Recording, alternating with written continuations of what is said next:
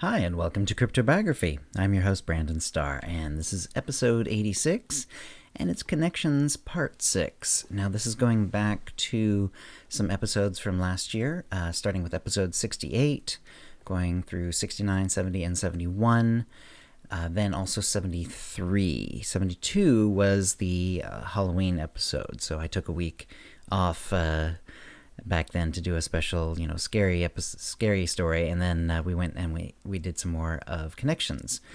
And so now we are returning to the story of Connor Rourke and Alma and Mr. Wolfe. And so here we go. So, tell me. Connor sat back in his chair waiting for Alma to give him the information. I've been working on my contacts in the government, so I gathered, and they are now bearing fruit. There's a group within the DOJ, unofficial, which is studying persons with unusual abilities.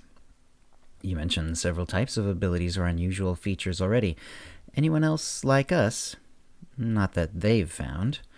And our powers, and our names too, have been kept away from this. So we should be able to find a lot more going forward, and it shouldn't back up on us. I hope so. Well, yes. I'm pretty comfortable in this life, and I know you are too. Yes, Connor said. He leaned forward. But no one like us, despite the fact that we have found some? We have found a few over the centuries. They've just started. I believe they will find some, perhaps even us someday. That's not reassuring. I'll do all I can to keep it under wraps. Connor frowned, his patrician face crinkling between his eyebrows.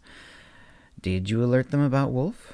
Yes, and though I didn't suggest that others like him might exist, they are taking that as a possibility and have started to search. That's why I think they may cotton on to us at some point. You really think the benefits to us will outweigh the risks?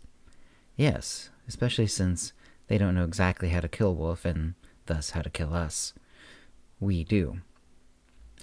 We aren't immortal, exactly, Accidents could happen. As you've said 100 times over the decades. Yes, I know. I think Wolfe will still make his move soon. I'm sure he will. Are you ready? Yes. Wolfe waited. He had been waiting ever since he had been put into prison. But what he was waiting for would have to be put off still longer. For now, he had an important meeting. Connor Rourke. Mr. Wolfe.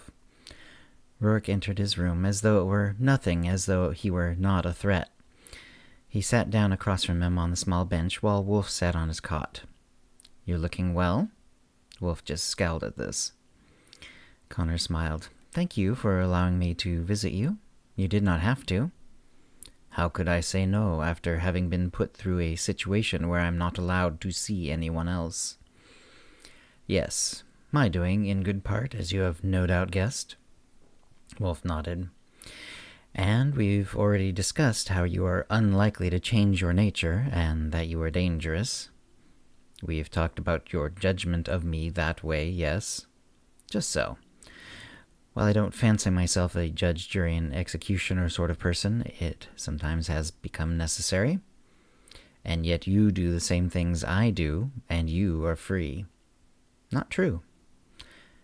You're in that body, and you say you're far older than I am. That means you've done what I've done. End of story. No. What you did, I have not done, not for centuries. You stopped aging? No. I stopped stealing young people's lives. Wolfe just closed his mouth and glared at Connor. It's hard to see others as having lives as important as yours when you can just take theirs, and when your life is so long, so important, and theirs is so brief, why not take it from them? Yes, I get it, Mr. Wolfe. It's why I've had to stop so many of you, of us. And so you sit in judgment of me. Yes. So, why are we here today? If you've made your judgment, it seems I'm already where you want me to be. I'm offering you a bargain, of sorts. Wolfe just crossed his arms in a way that suggested he doubted it. Right now, you see almost no one. The people who bring you your food even are wearing full body suits, so you cannot touch them, even though they don't come within touching distance. You can keep this arrangement until you die. When that happens, you know the odds of you touching someone before your body is cremated or interred is nil. In years past, of course, you would have had a good chance of a post-mortem change. But in this day of hygiene, of gloves and masks and full suits, it won't happen. You will be gone, and that will be the end of you. You can keep this arrangement. You may fight it in court. But frankly, the odds of your ever really getting out are low. And if you do, I'll just hunt you down. But if you instead pledge that you will not try any further legal actions and simply accept your fate, I will alter your living arrangements. There will be an extra door put in down the hall.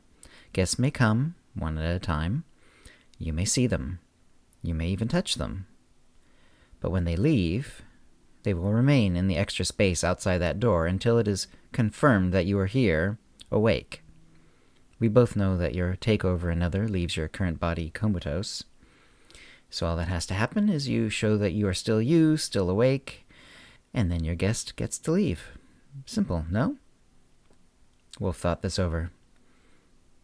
It will be a great improvement. Indeed. Shall I take this as a yes? Yes. Wonderful, Mr. Wolfe. I'm so glad. I do hate to harm people, even when they've earned it as thoroughly as you have.